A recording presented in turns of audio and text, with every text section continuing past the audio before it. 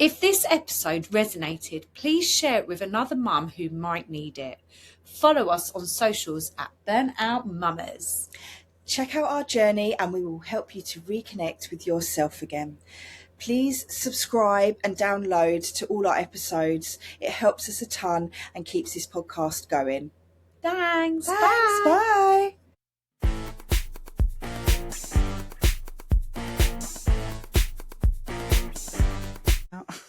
Hello. Happy Friday. Hi, Jennifer. How are you? I'm really good, thank you. How are you guys? Yeah, we've had some strong coffees. We've just been sent some samples from Reformed, and I had one of their samples earlier, and it's just kicking in now. So The caffeine is caffeining. I know. I needed it. My kids this morning were being nightmares. Oh my gosh. So we've got Jennifer, and she's the founder of Working Mums Club. And actually, Jennifer, you're a little bit of comedian, which we love, because we was watching some of your reels, and I was actually cracking up. And then Paisley was like, on your email today, it said, what was it? I think it was your out of office, and Virus, yeah. And I just loved the way it was worded. Tell our audience. I'm in like a challenge. Well, not a challenge, but I have people who are like, "Oh, I love your out of office." So now, whenever I do an out of office, I try and make it better than the last one. It's so funny because it was like we're cleaning up a sick or poo, was it, or something? That has been my life for 2 weeks. So love it. Oh, that's so funny. So welcome back to Burnout Mamas. So today's episode is such an important one because we're talking about something that affects pretty much every mum, whether you're working, thinking about going back to work, or just trying to juggle it all. And that is childcare, pressure, and the reality of being a working mum in today's world.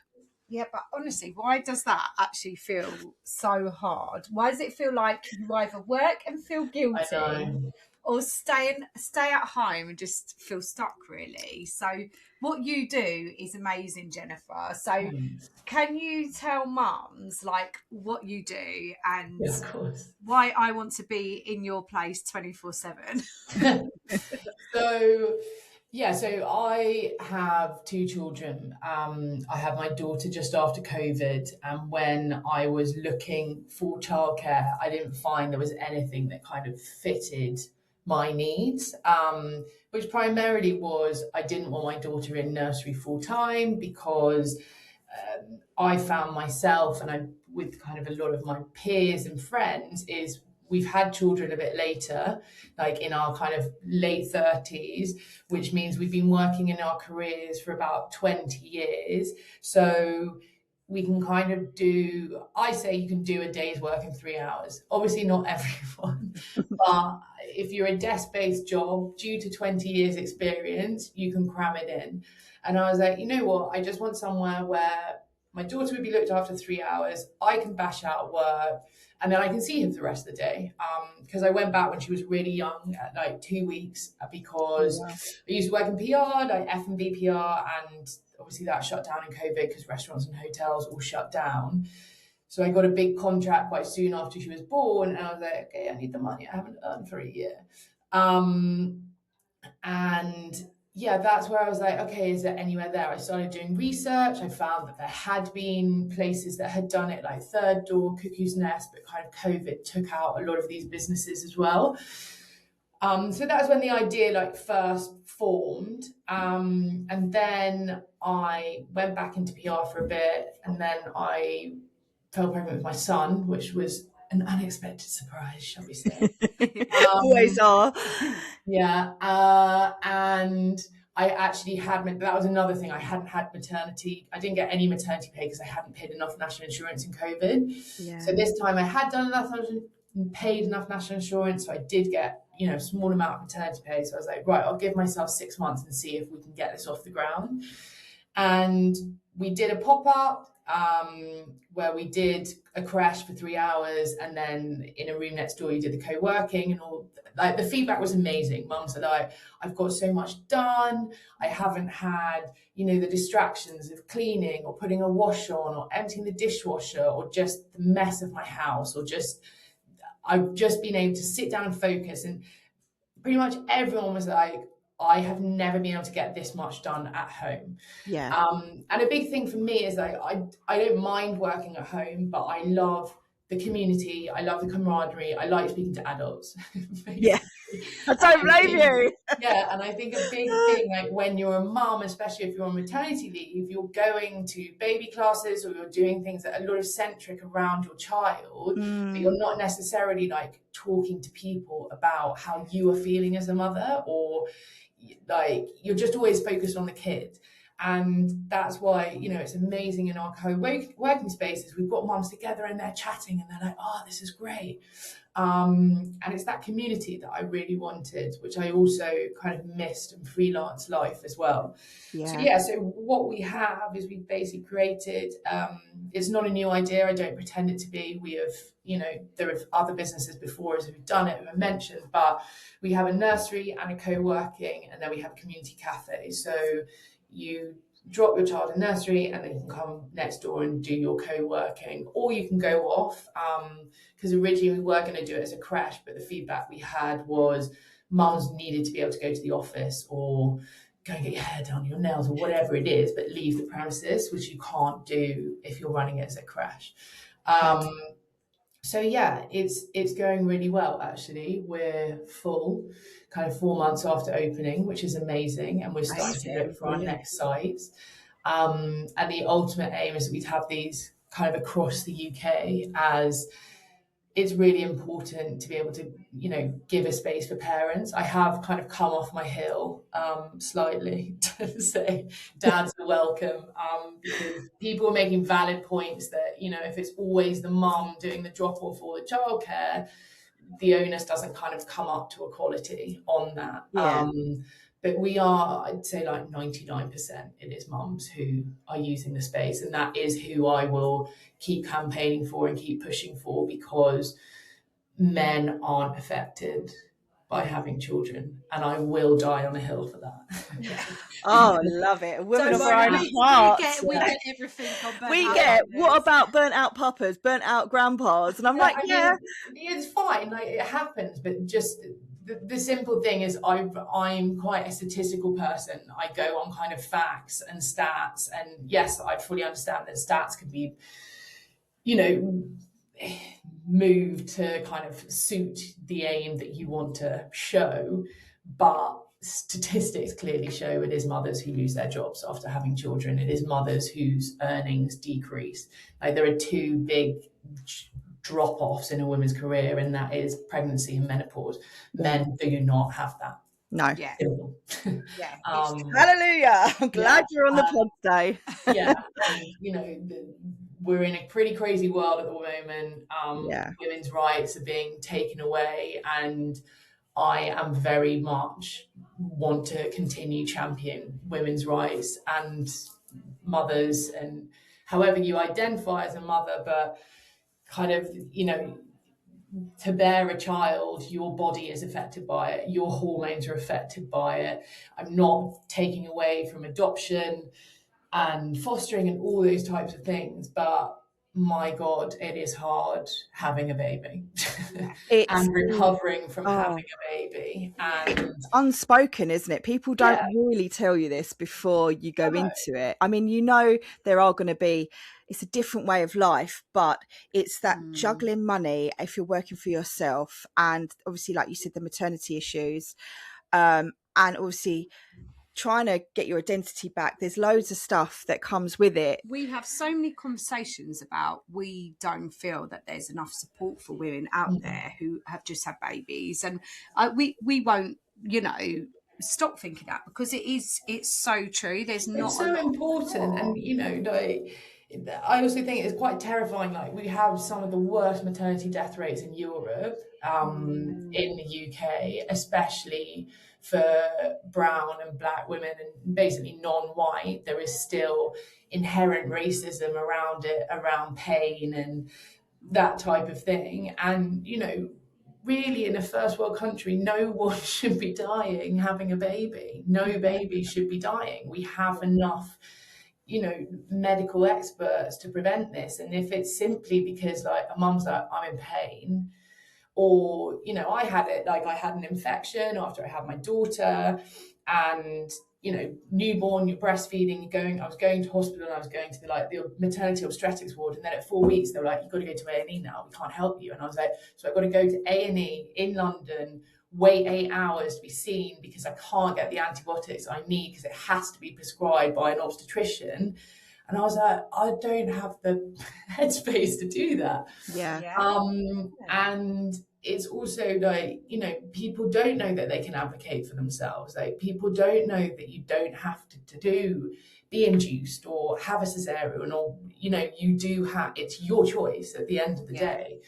But yeah, it's that capturing mums after as well. And, if you don't have to see a health visitor, you don't have to leave the house. And if you're not, how are signs of postnatal depression or anxiety being picked up? Like, if you don't have a support network, or you don't know how to access, or you feel that you can't access. Like, I think another thing is, like, a lot of classes do feel kind of quite middle class and quite white, and it can feel a bit exclusionary. So yeah, it's all about just trying to like get around and protect mums, basically, and trying to bring back that village, which is not there historically would have happened. Because again, like, we don't have our villages anymore, really. It's very hard. I mean, we're very lucky we've got our mum close by, and so where you've sisters as well, you've got the Working Mums Club, so we use our mum for that. So I'd go round after the school run, or just I'd be at my mum's for a couple, just all you need, 3 or 4 hours just to thrash out emails. But a lot of people don't have that, and it's that period from the birth to they go to school that I said to you the other day, isn't it? Even if you get one thing done a day, it's an achievement. Just trying to get an email out. But even that, like, I've got a 6-month-old, just had a baby. Nearly went through that postnatal, but obviously I had my husband to pull me out of it. But so, and I went through quite a tough birth and stuff. It took me a long time to recover. However, where am I going with this? Like, I've got baby brain now. Oh God! Meaning, it's a miracle you're even talking with a 6-month-old. I've just lost my train of thought now. But what I'm saying is, getting back into that work environment is really, really tough, and to try and get like one thing done a day is pretty much impossible. If you don't have help with the baby. And I think the other thing is, when you're going back to work, like, children cannot sleep their whole lives. Not just a baby. It's like, my 4-year-old had me in her bed at like midnight last night until God knows when, and then but the sleep's disrupted, and then you've still got to get up and go and do work. And I think another big thing as a parent is like, I don't know, I'm sure you've seen all TikToks and Instagram where it's like, my 5 to 9 before my 9 to 5. My 5 to 9 is, are we allowed to swear on this? Well, you can. It's like, my 5 to 9 is survival. Like, 5 to 9 a.m. is battling with children who don't want to get dressed. I've had it this morning. Having a meltdown because you haven't washed their clothes, or they run out of yogurt. How do you fit a workout in at that time? You managed it because your baby's I do 6:15. I just hope and pray they're not awake, and then if they are, Jojo and Gran or Bluey. That's true. Put something on. Because when I get up, they get up, and it's just like, oh please, and then they start teasing each other because they're 5 and 7, and this is all before the school run, and then we're up 2 hours. We're just scraping the gates every day. Scraping. I mean, you can see it. You can see parent, but it's like, when you get to school, you have all the different. It's very motherland in terms of. I love that program. It's like dropping the kids and sprinting out, which I do because you're like, I'm late for a meeting. You see the sporty ones who are like, oh yes, I'm just going to leisurely go for a run now. And then you've got all the different demographics. Like, it's so funny that I love it. And it is finding your tribe as well. I think I always try and when I try to find my tribe, like new friends, with school and nursery, I normally swear and talk about alcohol and see how that falls. And if they're not, Oh, you'll be one of ours. Cool, we can be friends. But it's I love my children dearly, but I also don't want to talk about them all day.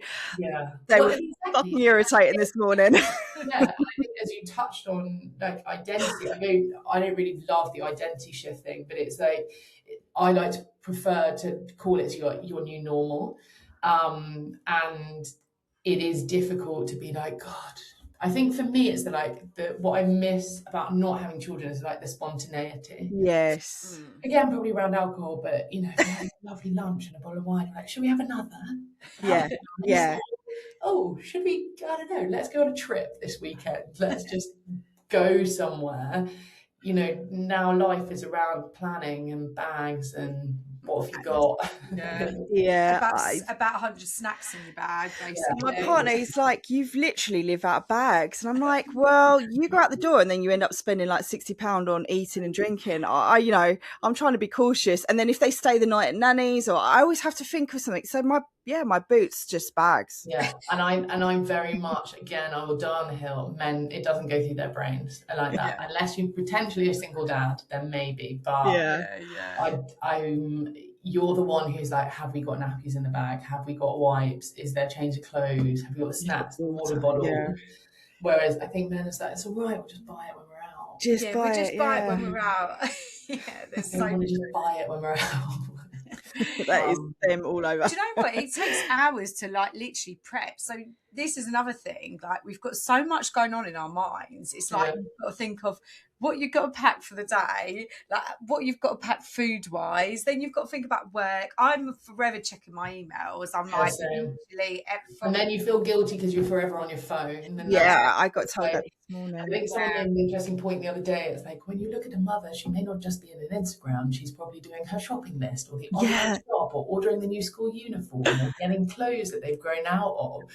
Which I do all think is true as well. It is. You are like, okay, fine, I've got 5 minutes, right? What do I need to do? And you're like, bash it out. But I am like hyper aware of being on my phone, and then you're just like staring at it. But equally, when they're reading you the story at night, or he's like, "Are you listening, mummy?" And I'm like, "Oh God, this page has taken about half." I'm listening. I am. Stage, yeah, that's intense. I'm still doing the reading, but. So you do not do that thing where you do one page and you read the first line and then you go to the next page, and I'm like, good night, the end. Yeah, my daughter's too wise for that. Sometimes I'm like, what? That story was quick today, and you're like, aha, I managed to get through some pages. You've just got to get through, I think. Yeah, she's like, no, mummy, and then goes and you're like, oh yeah. I mean, sorry, I missed that page. I think we do give our children more time. I don't know. Let me think. So when we were young, our mum was in the acting industry quite a lot. So she'd drop us off at mum, not so much with you because you were horrendous, but drop me off at Nan's, and then she'd go off and do some film work, and then she'd take us on the film sets. So we had quite a different childhood. It was so much fun, and there was routine, but it was spontaneous as well. And I've tried to do that with my kids. I did it with my son. If I wanted to go away, I'd just book him with me. Yeah. My daughter's quite hard work, so that's a bit harder, but things like this are great because you could book in and potentially do a bit of work and then feel like yourself again. Exactly, that was the aim with it. So we have these flex spaces where if we have availability, you can book on for a 3-hour session, and you can just pop in and do some work and then get on with your day. And in our net sites, we will have more of that availability, and beyond. But yeah, I mean, we have it a lot with kind of term time nurseries. So we have parents who come in from that, who have holidays. We go up to 5. So yeah, we do cater for kind of the term time nurseries and like preschool nurseries. And I think it's like as my children grow, and the provision will grow with that. So as they're a bit older and they need different things, because I've got a 4-year-old and nearly 2. That's kind of what I'm in at the moment. I'm in early years. You're doing well. And I think as it grows, we'll look for after school clubs, holiday clubs, more just like general kind of all-rounding provision. But I think to go back to what you said about how 0 to 5 is kind of the most important years. Like, they do say that is the first 1,000 years, the first 1,000 years, 1,000 days, 5,000 days, like Quorum Institute in where are they? Near Great Ormond Street, like Russell Square. They've done a lot of research on it, on how important 1 to 5 is. And I think for us, like in in the nursery setting, we like primarily we want kids to be happy. I think with social media, with phones, like childhood's being like robbed quite a lot from these kids. Like me and all my friends are like, oh my God, thank God we didn't have smartphones when we were teenagers and going out. Like, you know, we had disposable cameras and a digital camera if you were lucky, but you know, run out of battery or whatever. There's just some blurry thing. But it's like it meant you could have fun.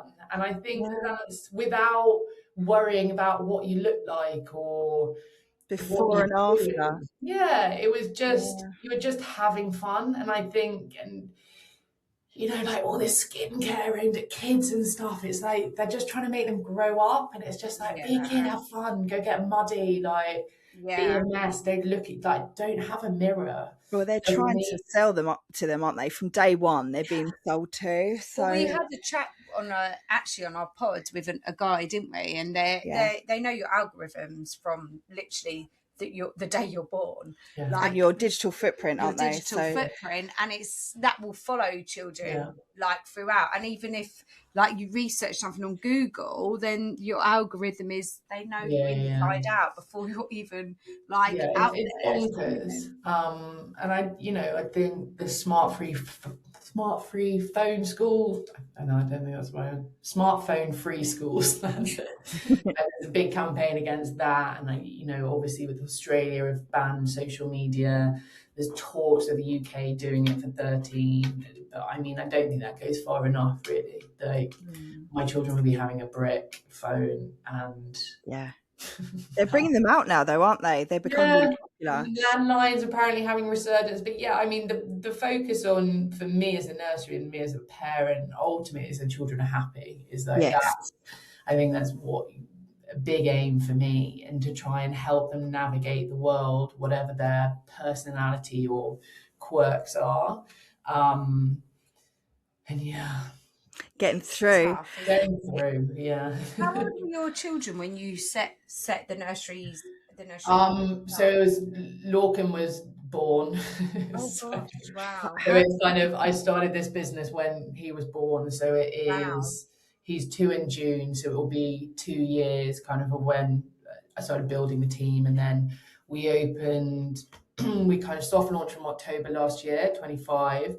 And then the nursery fully opened in January this year. Wow, that is amazing. Yeah, I suppose fulfilling a need that you weren't getting elsewhere, like you explained earlier. Well, they say if you can fulfill another person's needs, you're going to do well in the business. Like, I mean, that was the main thing. I didn't think, when we've got a few more going and we've got a bit more, what's it called? I don't know, credit or.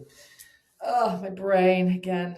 Don't worry. We've all come on here this morning. What is that word? I literally can't remember. But don't worry, it's me every day. Recognition and just a bit more like grit in the game to then do campaigning. And a big thing that I want to do is around maternity law, and basically the job you leave.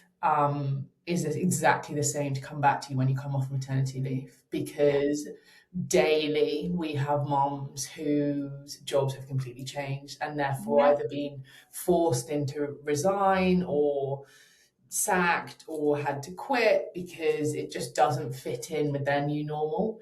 It happened to my best friend. So important. It happened to my best friend as well. It exactly happened to her. And there's big companies doing it. This isn't small guys. Like, these are multi-billion-pound companies, and I'm sorry, like, one woman isn't going to affect your bottom line. So I'm talking to someone who's done campaigning before. She did a lot of work with Pregnant and Screwed, and actually helped get in the. I know that.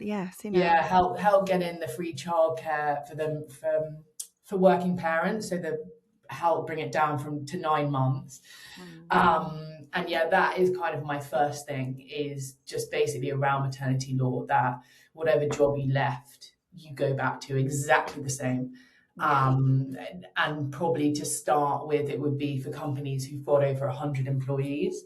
But yeah, it's crazy. Like, you know, people were fully remote and then they come back and they've been told they've got to be in there full time in the office. Because they know realistically that's why I never went back to London, because I thought, oh, how am I going to juggle it and the cost? But there are companies out there that a lot of my friends actually are in really flexible jobs, and they say amazing. And I know when I was working in London, actually, because I was a PA to the bosses, well, I remember when they came to a certain age, the girls, they would avoid employing them because of the whole, they might be due to have children. Very controversial. And it's not until you have children that you realise. I mean, I love my career in London, but obviously I chose different routes, and I was pre-preparing for when I did have children. I bought properties because I was always fearful of how am I going to do it if it doesn't work out. So, but if I'd known you could be more flexible, I probably would have stayed doing a lot of the stuff I was doing, because I loved it. I loved just being in London as a career girl. No, exactly. And I think, and it's also, it's like a massive part of our lives before motherhood. And I think that's why a lot of women are like, whoa, what's happening now? Because with a child, your hormones are gone, and then suddenly it's like, oh yeah, your job's not there. Or it's completely changed, and you're like, what? How am I gonna do this? But yeah, there are awesome companies, and I think often it is with people who've got kids who kind of get it, because I mean, with everything in life, is you can't really empathize with people unless you're going through it or have some sort of knowledge of it. But I think it would definitely help with burnout. But with everything, I think, you know, we live in a capitalist society. There's no getting away from that. And I think the major stressors on a lot of people are money. And we all know that, you know, cozy living, as everybody talks about, but it's a lot. And if you've got the pressure of not having a job or trying to find that extra one, I think that's also why we want to do the flex childcare, because, you know, we've done some TikToks and people are like, well, if you lose your job, like, why wouldn't one of you stay at home? It's like, well, because sometimes your life doesn't, it's a two-parent income. Like, that's how your life is built. This is the now, isn't it? Both of you have to work. Yeah. And as lots of people said, which is true, it's like if your child is in childcare and then you lose your job, it's very disruptive for them to take out. And as we all know, if you're looking for a job, you've got to do interviews, you've got to do work. You can't do that to the best of your ability if you're looking for a child as well, after your child as well. And also, I think some people, I mean, after this morning as well, I was like, do you know what? I've been watching Emma Green. I love her. But she said you can't realistically have it all. So I think she has a 3-hour slot after school that she spends with the children. And she's very regimented. She gets up in the morning early, does her workout. I think they all have to be down at the breakfast table for 7:30. Obviously, she has housekeepers, nannies, you know, the works. And then she obviously gets picked up in her car. And I thought, I could have a bit of that today. I could just feed them. Get in and go to work and let someone else deal with all the stress, because it's like 3 jobs. I'm telling you, the mental load. And it's also, if you add it up, so as my friend was doing the other day when she was having Barney with her husband, but it's like, oh, he was like, oh, I've got to go away for work, and she's like, yeah, that's fine, because it doesn't really affect me because I am doing like the after school care, the weekend care. It's like an extra 30 hours childcare a week. That's pretty much a full-time job. Like, you add it up a bit more, it's probably more than that. And that's why also, like, down the line, we want to do some weekend childcare as well, because, you know, the weekend, especially if you've been working full-time, you've then got to do all your jobs, but then you also want your kids not to just be like dragged around a supermarket with you or going to the skip or whatever it is that you need to do. You'd be like, okay, well, if I know that they've got 3 hours like good solid play or like some good learning or seeing their mates, amazing, but I've got then the headspace to do what I need to do. I think Emma Greedy was talking about that, and they've been like vilified for saying she only sees her kids for like 3 hours on a weekend because she's got stuff to do. But I kind of get it.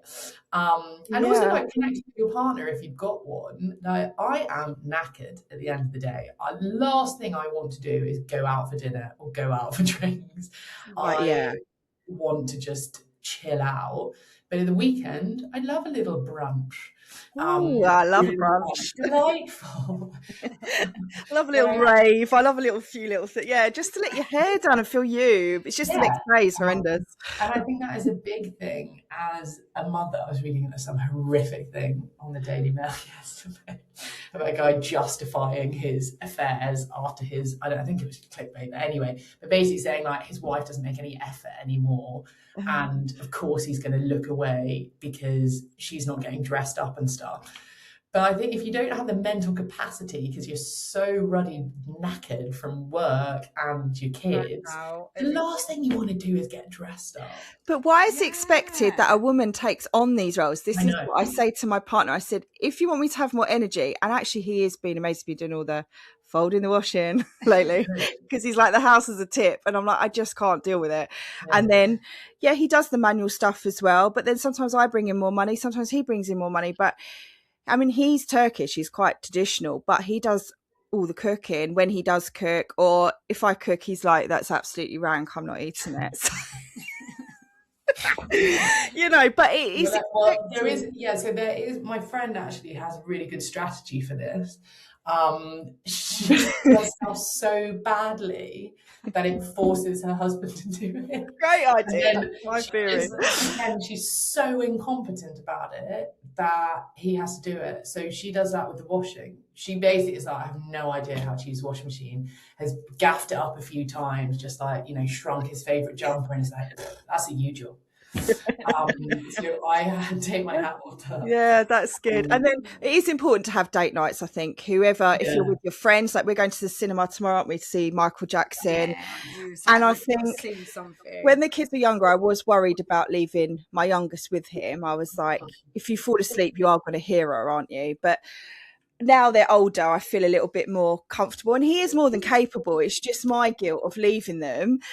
But because he's like, you know, if you want to run the marathon next year, which you want us to do, I'm like, he goes, I just don't know if you're that kind of girl. And I said, well, what does that mean? He goes, well, you wouldn't get up at 6 to go running. And I said, no, because you wouldn't be able to deal with the kids before work. It'd be like, World War III in here. Yeah. So I do compromise, but equally, I think if we do keep taking on those roles, they're not going to step up, you know, like 100%. And I think it's a phrase that a lot of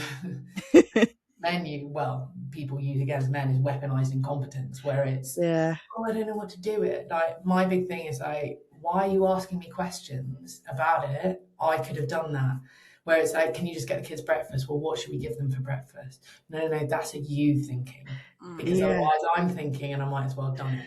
I did that, and he said, why are you being so mean? I was like, oh god, like yeah, there is that, and I get a lot of, I'm not that bad, I do quite a lot, and I'm like, compared to who is the comparison? Where is the but if we didn't have to work the hours that we're working, then I don't think we would be putting that pressure onto men, because we were taking those roles of being at home. Yeah, but I think it's a bit gross. Like, I am very anti this whole trad wife movement. It's boring. Like, it's bloody boring. Like, why do you want to do it? Why would you want to clean? I hate cleaning. I hate cleaning too. I hate ironing. I hate cleaning. We do it, but you're either that way inclined or you're not. And I've bought all the Mrs. Hinch stuff. I just try and get motivated, but yeah, I mean, to be fair, I have just bought a load of new cleaning products. So it doesn't even make me want to do it. It depresses me. Yeah. I'd rather be out having a glass of wine. I don't know. But it's also, I think, in terms of why do it, I mean, it's because we still live in a patriarchal society. That is the bottom line of it. And I don't really understand why men hate women so much. Because if it wasn't for women, the world wouldn't really exist. Like, it wouldn't exist because we're literally giving children, so it would just die out. So, and there are quite a few movements where women are just like, nah. The 4B movement in Korea, and come over to the US, where they're literally like, no, men are gross, we don't want to talk to you. So their birth rates have like massively decreased. Yeah. And I do think just like be nice to women, like that website that came out recently, the like Giselle Pellico, like all these things, you're just like, why? Why do, and everyone's like, it's not all men. And it's like, no, it's not all men, but it tends to be them. And I know there's lots of good guys, and I don't want to beat down men all the time. Our partners are getting bashed today. There he is. Women. Be nice to women. Like, I get why my friends have been married to men and then become lesbians. Like, I get it. Like, when you've got the kids, you're kind of like, cool. That is the service. I love it. I love it. It just takes all sorts. So, I think, well, what you've created answers a lot of those questions we've been talking about, a lot of those topics we've been talking about today. And I feel so good just talking to you as well, even to just come in one of your clubs and have a little bit of a chat. Oh, please come. Sorry. Yeah, I need to get, sorry, I will do some research. Yeah. If we Send see me any some shops, locations. we'll be sending you them. Yeah, please. Yeah. Send me properties and I'll come. Yeah. Oh my gosh, no, it'd be amazing. And amazing for me as well, because I'm completely burnt out at the moment. So I need that 3 You're hours in the of depths time. of it, I'm aren't in the you? trenches. You are in the trenches. Yeah. And you got an older one as well? Yeah, I've got a 5-year-old as well. So my baby's 7 months. But actually what someone said to me the other day was, because I was like, oh God, I need to train. I need to get this weight off. They were like, stop. They just told me to stop. And they were like, listen, you've just given birth. You've just you literally have. And you've really, like, your body has like done something really amazing. And I actually think this is what women need to hear a bit more, because I think, oh, right, had a baby, right, pop it out, go and get back to work. Again, that's kind of, money. Social media and the press of showing you all these mothers who are like back to being skinny. But I also think my conspiracy theory is that they've all had surrogates. They've never really been pregnant. Yeah. Well, It's got to be a concern. It's taken me 5 years to even like get. Yeah, but it does. Like, science shows that it takes 3 years to get to be physically back after having a baby, and then you'll still have an open wound where your like placenta has come off within inside you, and your uterus is still getting back. Like, if you're still breastfeeding, it takes like 12 months for the relaxin hormone. There we go, my head. Yes. But that's why women can pull muscles a lot more, ligaments after you've had a baby. Like, it's crazy. And then you've got to regulate your periods back, like all this. Yeah. So no, give yourself a break.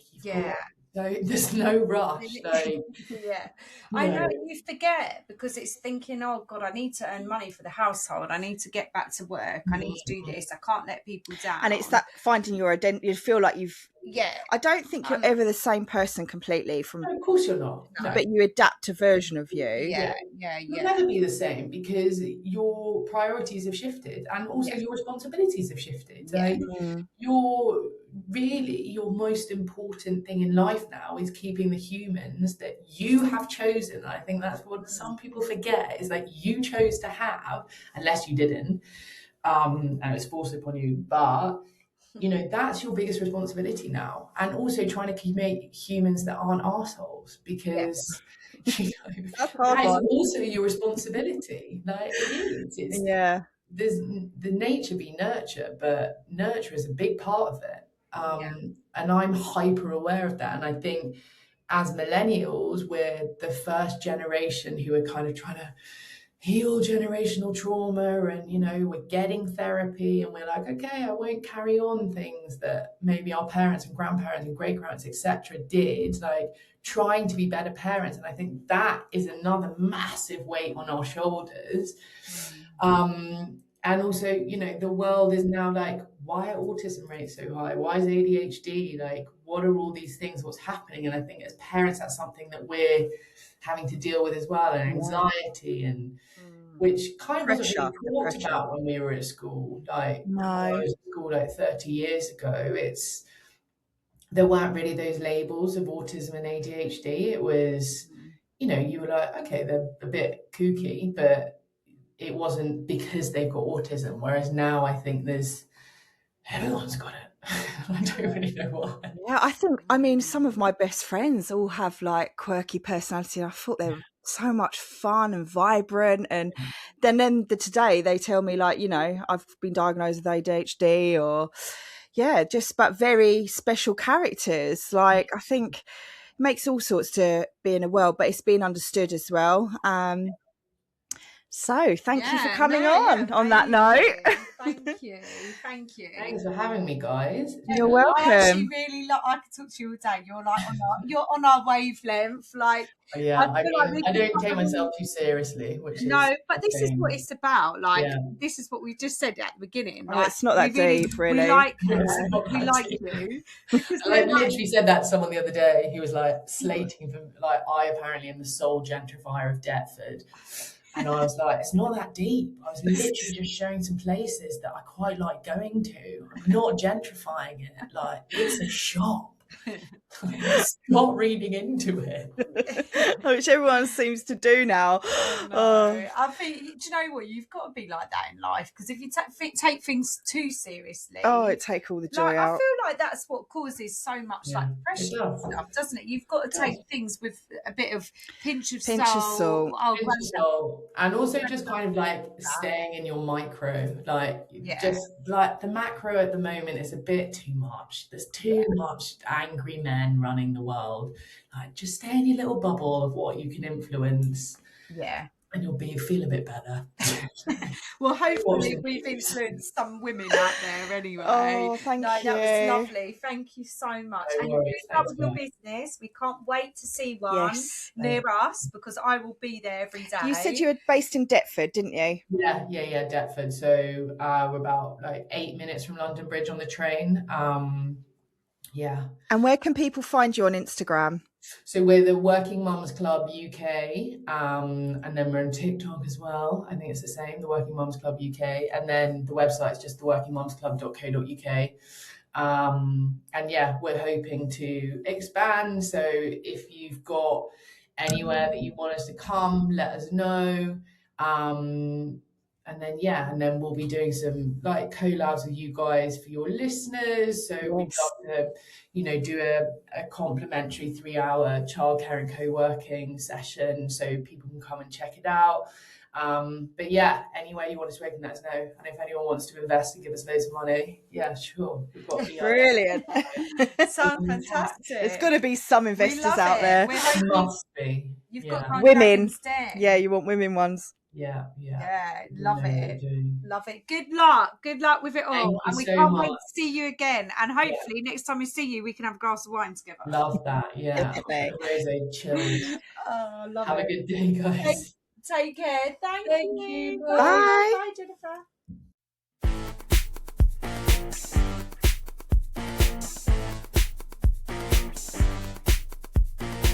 If you're loving the show, don't forget to download our latest episodes.